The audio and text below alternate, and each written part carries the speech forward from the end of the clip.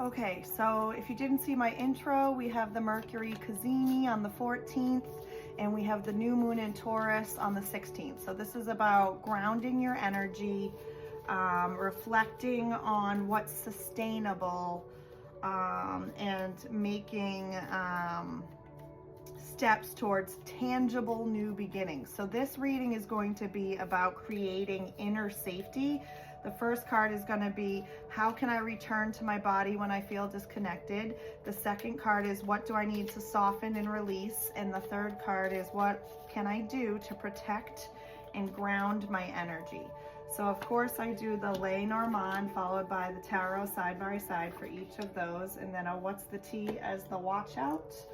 And I'm going to pull also a moon oracle card for, you know, channeling the new moon energy in Taurus. So this reading, we're going to start with our earth signs because the new moon is in Taurus. And so our earth signs are Taurus, Virgo, Capricorn. So this is, how can I return to my body when I feel disconnected?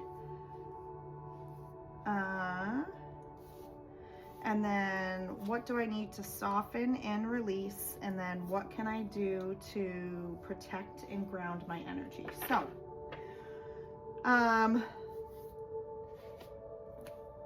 how can I return to my body when I feel disconnected? So how can I return to myself when I feel disconnected? Is to reflect on,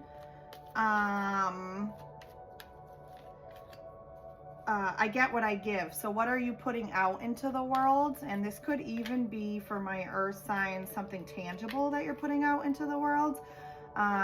Maybe you're writing, or I don't know, putting some sort of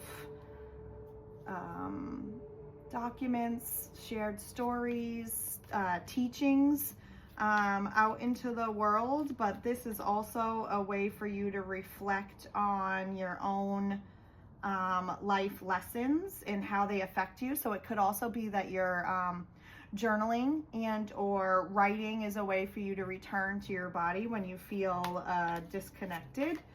But it also could be something you do, like it could be second nature for you. So that's what makes you feel more connected.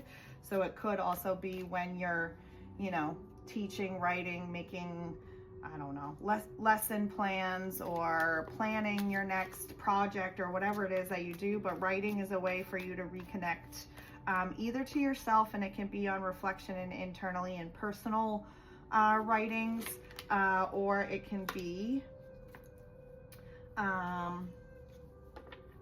when you're in that moment.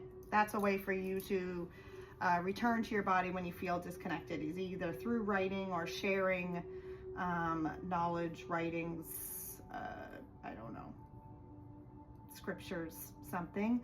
But it also helps you reflect on your own life lessons, contracts, you know, your own balance of life.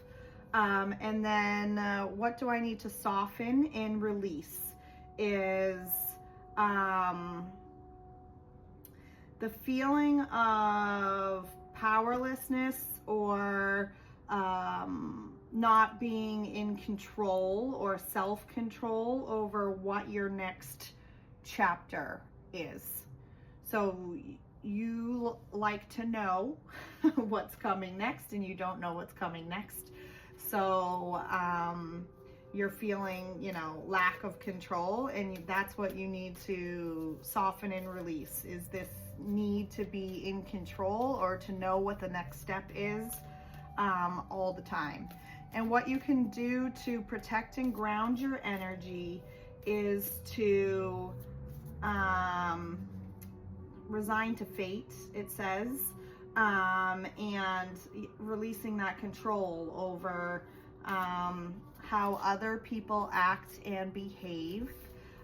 So there's an element of biting your tongue when it comes to not being able to control what other people do either, and how that affects you. So there's a need for inner wisdom, and when to bite your tongue and when to resign to fate. And I think, not engaging in their behavior helps you protect and ground your own energy. So you have to rely on your own inner knowing, wisdom, knowledge to, when to engage and when to disengage and remove yourself from the situation. The T says, look out for always partying, shots every weekend, no time for you, party first, love later. So don't, it as a way to, disengage or ground your energy, or, release control or not feeling in control. Don't turn to bad habits and or dismissing and looking for things to run away from it all, including drinking or anything that just